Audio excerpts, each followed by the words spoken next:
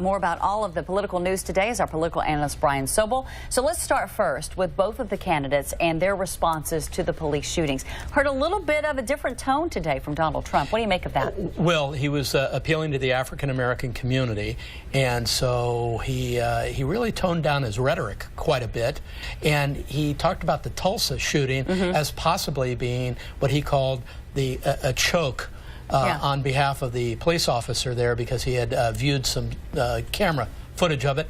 Hillary Clinton, on the other hand, took a very measured tone, saying not all the facts were in, but 2 more names were added to the list of people who have unfortunately died in this way. In the past, though, Trump has been very outspoken in support of law enforcement. Exactly. So this was a bit of a change. Absolutely.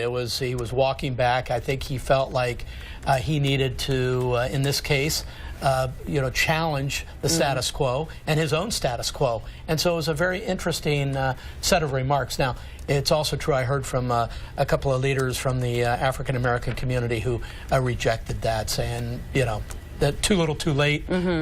Okay. Well, I want to talk a little bit about a new poll. It's an NBC Wall Street Journal poll, just came out. It shows Clinton leading Trump by 6 points. It's 43 to 37%. But what's interesting about this poll is it was taken after she was absent due to that bout of pneumonia. So what does that tell you as we head into this debate? And what do you think both of the candidates need to do to boost their numbers come Monday night? Well, Heather, first of all, as I mentioned a bunch of times when we were all talking during our broadcast, that the illness would not poll well in terms of working against her. Everybody gets sick. Everybody gets sick. Many of us have had walking pneumonia. That wasn't the issue.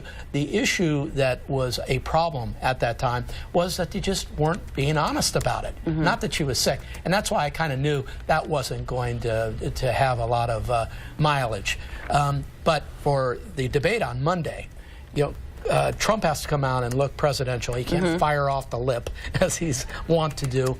And Hillary really has to sound more genuine.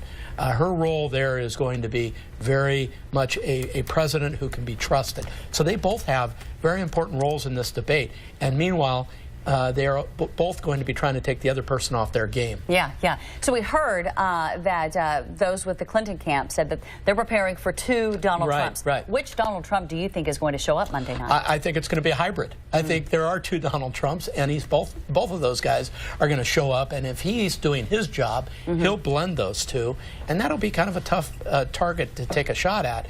Hillary Clinton doesn't change much. I mean, she's going to be Hillary Clinton, but it's wise for them to look for the aggressive Donald Trump and the hang back or you hold back Donald Trump. We are, though, going into this debate with a little bit of controversy surrounding Donald Trump, and that is his family charity. As we all know, he has really been taking it to Hillary Clinton over the Clinton Foundation, but now there are questions about what he used that charity money for and whether he actually used it to settle some legal problems, which is illegal.